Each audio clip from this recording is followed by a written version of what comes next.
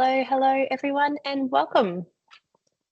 Welcome to our Lunch and Learn. We're just waiting for a few more people to join, but we really appreciate you making the time to join with us for this exciting one about the ins and outs of BYOD policy, a question that we get asked quite a lot about and have a lot of interest in. So Matt put his hand up graciously. I think this actually came to us as a recommendation from one of our dear clients on the call as a topic. So thank you, Kate, for the recommendation. And we've put some time into the content and how we can do this safely. So a few things before we jump in. Firstly, one of our clients, Hutchinson Legal, is having a lunch and learn just like this tomorrow about how to get the most out of your lawyer in terms of value. Important differentiation there. So I'll be sending around that link, or we'll send around that link after the lunch and learn. I can't recommend them highly enough to you to jump in and have a look. And also Liam's going to provide a bit of an update now around our AI. So update us, Liam. Thanks, Anna. Hi, everybody. So when we did our first, what's happening and moving in AI and machine learning earlier on in the year, we recognized that it would be a rapidly changing space. In some respects, everything is changing, and in other respects, not much is changing really. So for those who have a real targeted focus or a specific area of application for artificial intelligence or machine learning or robotics, they will be at the coalface and seeing quite a lot of movement. For those of us who use it to review our emails, then there's perhaps been a little bit less happening. So I'm focusing in that those who use AI to review emails space, just to talk about a couple of new tools and changes or use cases that you might be able to take advantage of. So first one is mentioned in a blog that you may have seen us publish recently, but it's on our website if you want to check it out. MyReader. MyReader is a web-based platform. You can upload a written piece of material like a whole book, an EPUB document, and then you can have a conversation with the chatbot about the book. So it's a very targeted or focused area. You can upload multiple things and ask it to compare the ideas and concepts. So that can be a really useful tool if you've got a bunch of reading in your area. Adobe AI Chat does a similar thing with PDFs. So PDF Chat is their version, and same thing. Give it the PDF and then it will review that and you can have a conversation with it about the PDF.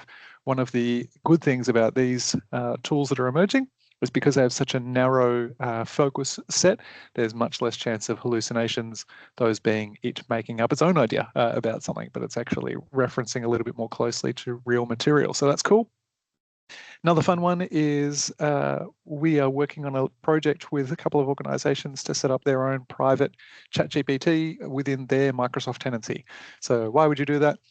If you've got a bunch of staff who are paying for a ChatGPT license themselves, or you're paying for them to have that through work, it is cheaper to bring all of that into your one in-house environment. And you can also then have the confidence that all of the material is staying in your tenancy. So anything that's uploaded for review or documents that are compared or edited or whatever it might be, none of that is sitting in the big bad world. It's staying in your Microsoft tenancy, which will be geo-locked to Australia, presumably, or wherever your tenancy is locked down to. So that's a cool little feature. Plus, you can put some rules in there, like make it only respond in Shakespearean, which is both great and terrible at the same time. For those who don't know, I've got this question again a couple of times in the last couple of weeks, so I'm just mentioning it.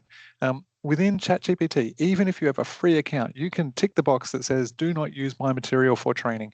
So if you're not sure how to do that, feel free to pop a ticket through to our support team and we can tell you, or just jump on the FAQ for ChatGPT's website and they will, there's clear instructions there about where to go within your personal settings. So you do not have to have, there is a myth that you have to have a paid account to be excluded from being used as training material. That's not the case. It is your rights.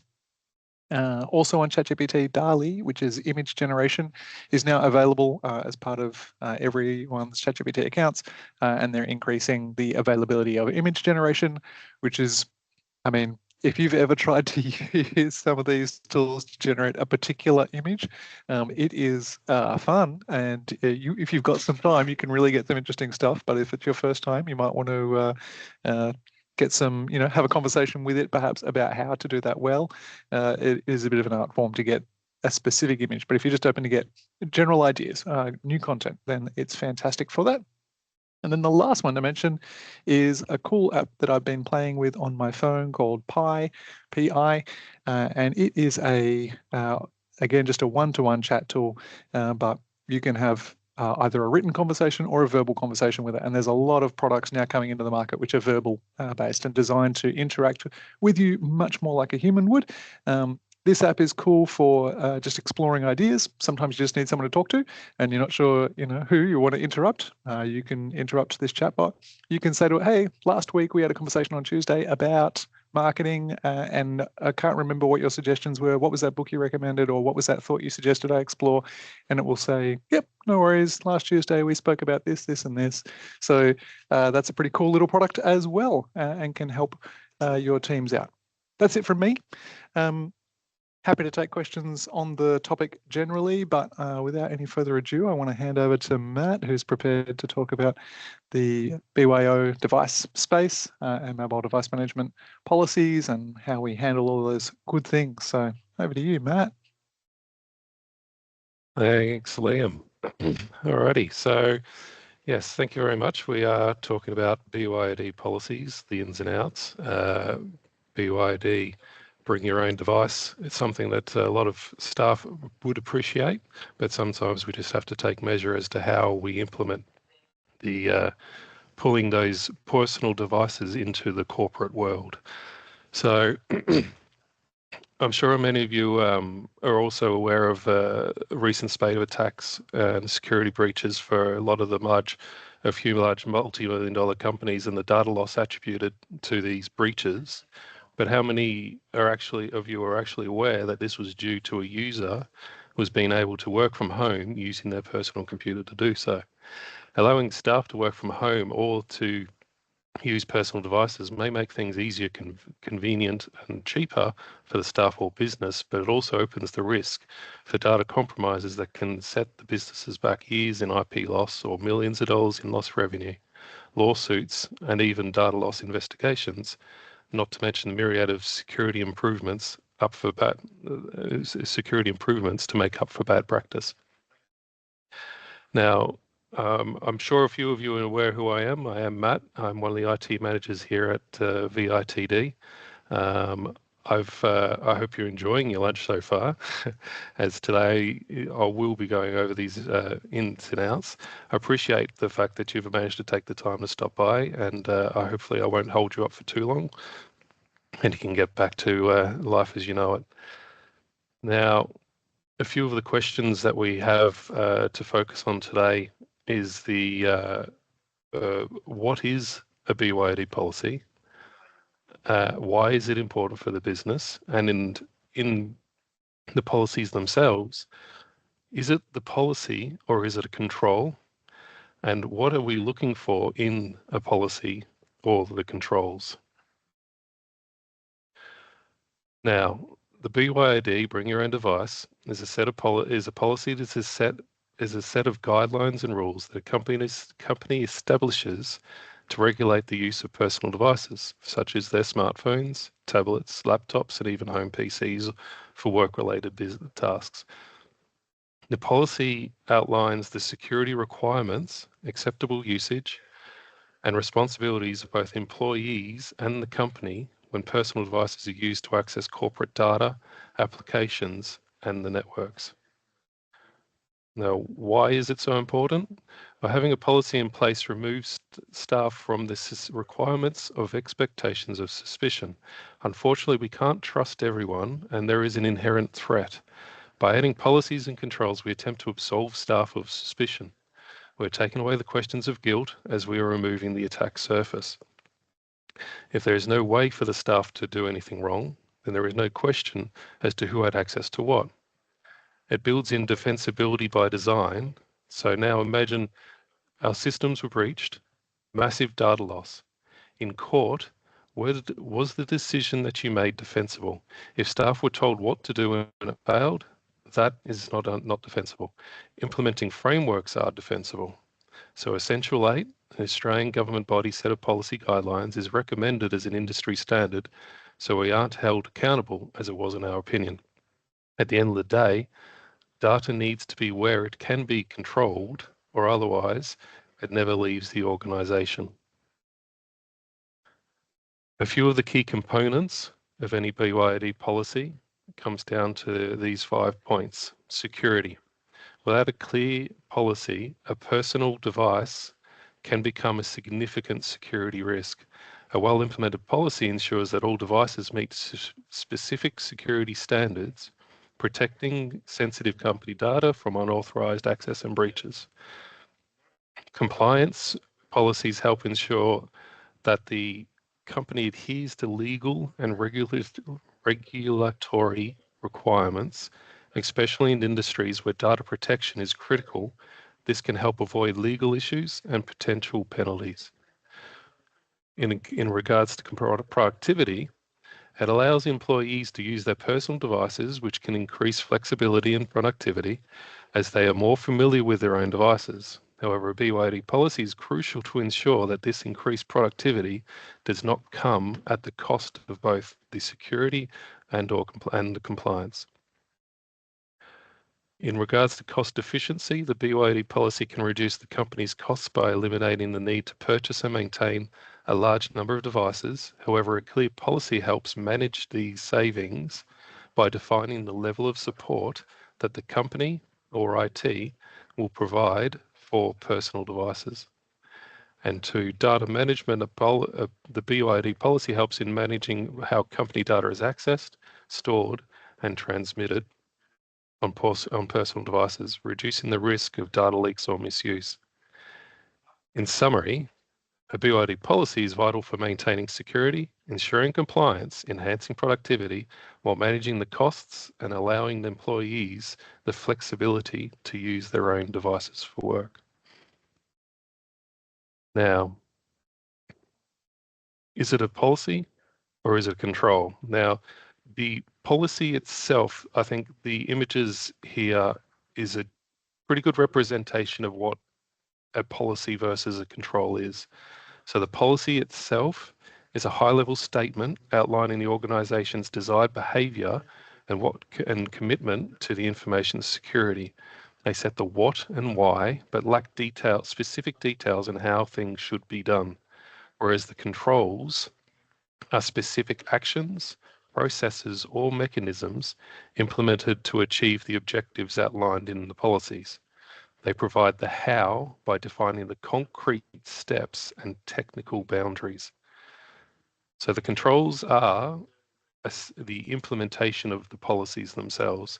They translate the general principles and expectations set in the policies into practical actions to achieve information security objectives.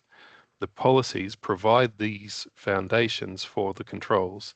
They guide the development and selection of appropriate controls by outlining the desired security outcomes. So they exist together and complement each other.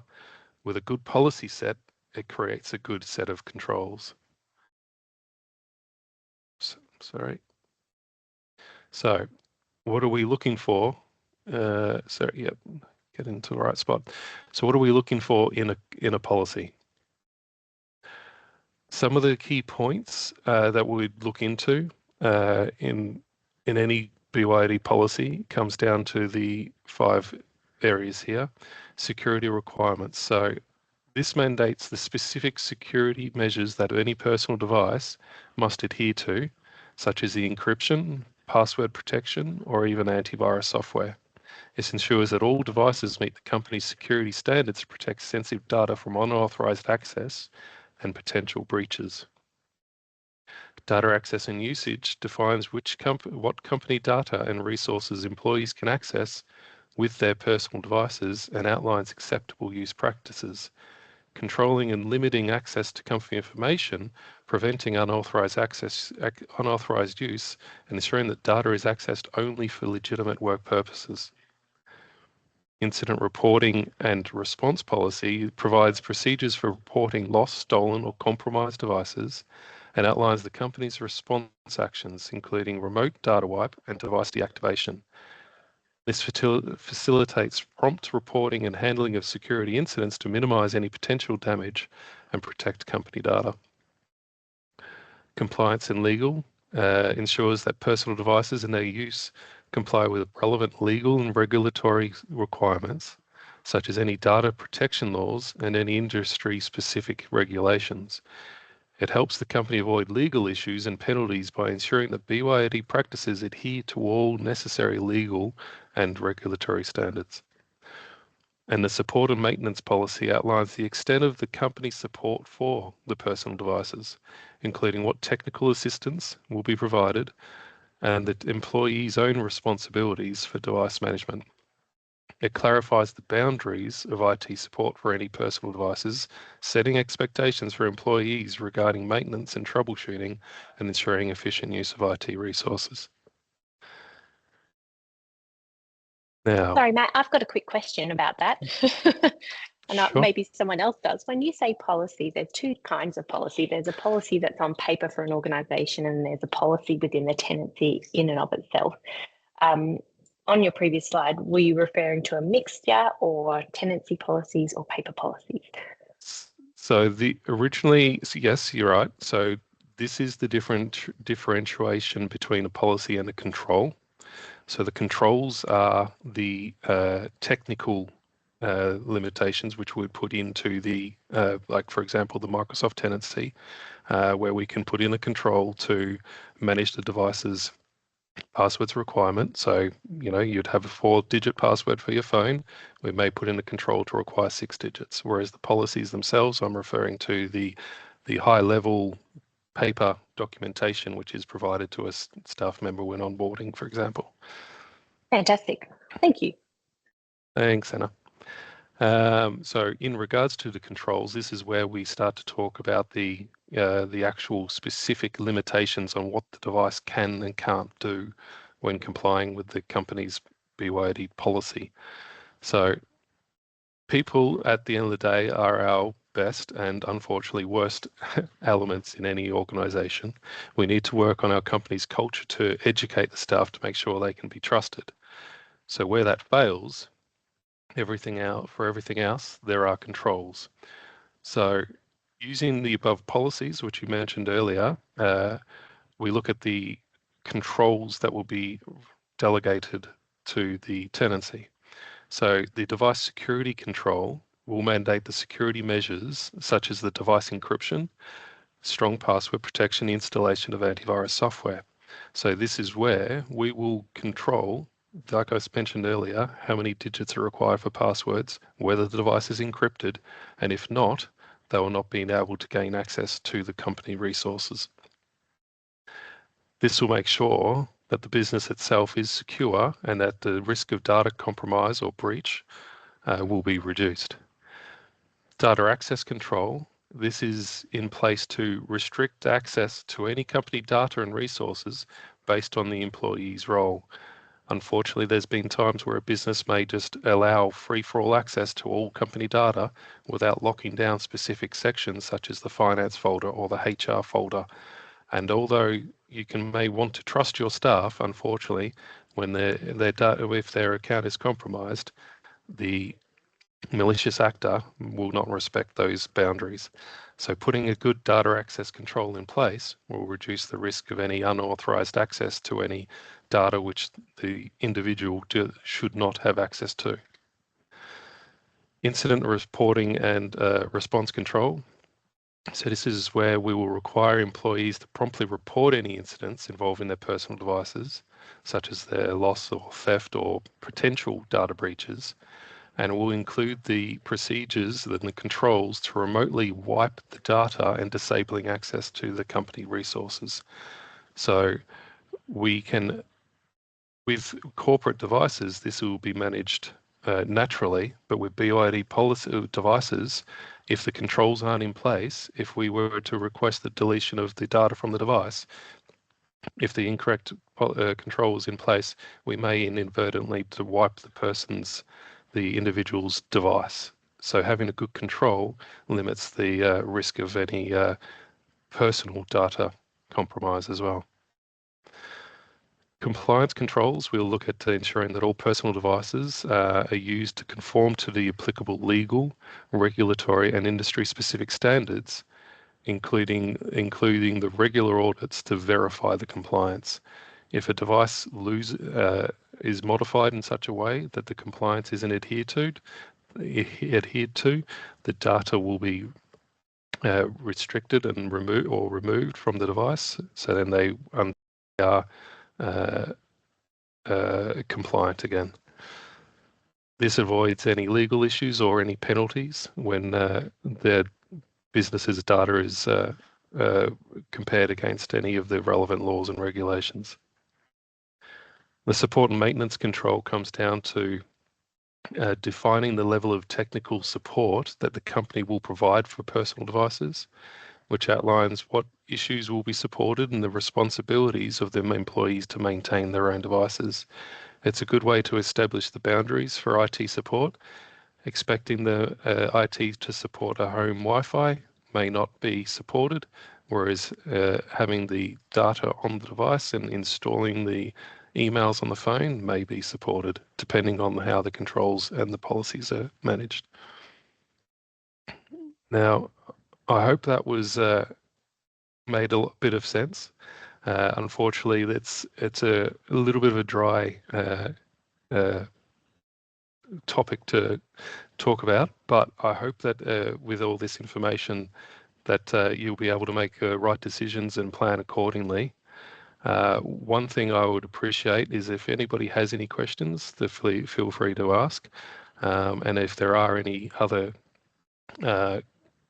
questions, if it doesn't pop in your mind now, feel free to reach out to myself at a later date, and I'm happy to go through or answer any questions that you may have. Hopefully this has been insightful, and appreciate your time. That's fantastic, Matt. Thank you so much. And please, anyone who does have questions, feel free to populate the chat. I have had a few questions up my sleeve as well, because it is such an interesting topic. So first one kind of been around the training, and I guess it's great to have a BYOD policy and a BYOD. Oh, my camera's off. Sorry, everyone. There we go. Ta-da. A BYOD policy and a BYOD culture.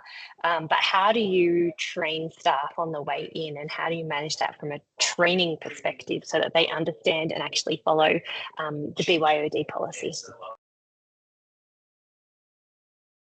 Unmute myself. Yeah, look, I mean, policies are always reviewed. Well, during onboarding, we'd expect the business themselves to go through the process of all the policies and speak to it at the moment. Having any sort of, we can provide a periodic or online security training, which can provide updates to the policies themselves, and just sharing relevant sort of stories that we hear in the news to create just an awareness of how a BYOD policy comes into place and how it relates to the events in the news, like I mentioned at the start of the conversation. So awesome. Thank you. I've had a question from the floor. It's not from me, even though her name is Anna as well, I promise. Anna has asked, does BITD have BYOD policy template? And that can be used for our clients. So Liam, as product director, maybe you've got a great answer here. But in terms of what are we doing in this space to equip our clients to have BYOD policies effectively in their organisations? I am happy to take that one. So I think it is important that policies are fit for purpose. That means that they need to align with good practice, with regulatory requirements and all that kind of good stuff. Now, they also need to meet the need of the organisation. There's no point in you adopting our policy because we've got a team of technical people and you probably don't have a team of people who have, IT degrees and all that kind of stuff. So the policy needs to meet the need. It has to address the level of competencies and risks that exist in your environment. So with all of that said, we do have some templates that we use as a starting point for a conversation around those needs. So if you've got a support agreement with us that includes policy development, then we'll work with you on those. If you're looking to get those kinds of that kind of help, but you haven't got support from us, or you've got a different provider, you could start that conversation, and yeah, we'd be happy to help, or whoever you're working with would typically be happy to help. It's a win-win when these policies get improved, because everyone moves in the right direction. What we would add to that is the more formal control side that Matt was describing, in that delineation between navigating the map and staying on the rails. Within that control set, we do have a predefined product which includes policies, training, and controls, and we can implement that into, currently it's tailored for a Microsoft tenancy, and really hits that mark of making sure that BYOD can be effectively used safely, and you retain the appropriate protections. So yeah, you could have a chat with us about that as well.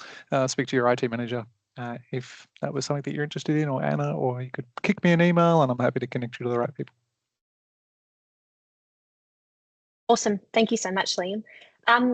How often should someone review BYOD policies? We often talk about our disaster recovery plans, our business continuity. We know we've got an annual lens on those. How often should BYOD be in the mix there?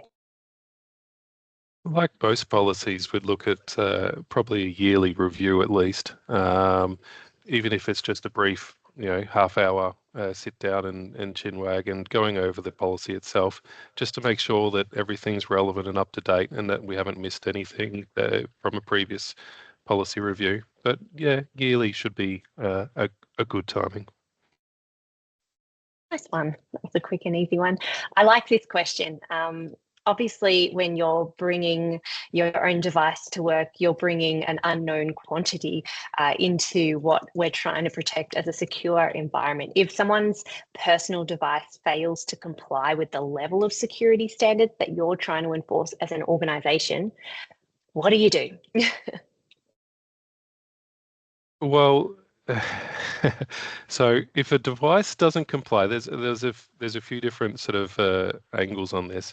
If the controls are in place and are set up correctly, and the user's device does not comply to controls, they don't get access. It's simple as that. The importance of the controls are to restrict as mentioned earlier, any compromises. So if they don't comply, that's it. Sorry. But for the most part, these controls are relatively simple and easy to set up. If the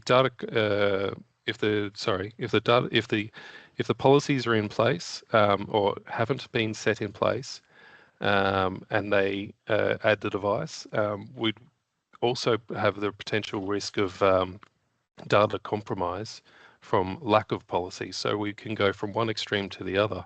Having the correct amount and the right balance with the security in mind is obviously more preferred than having the concern of any data compromise and all that entails.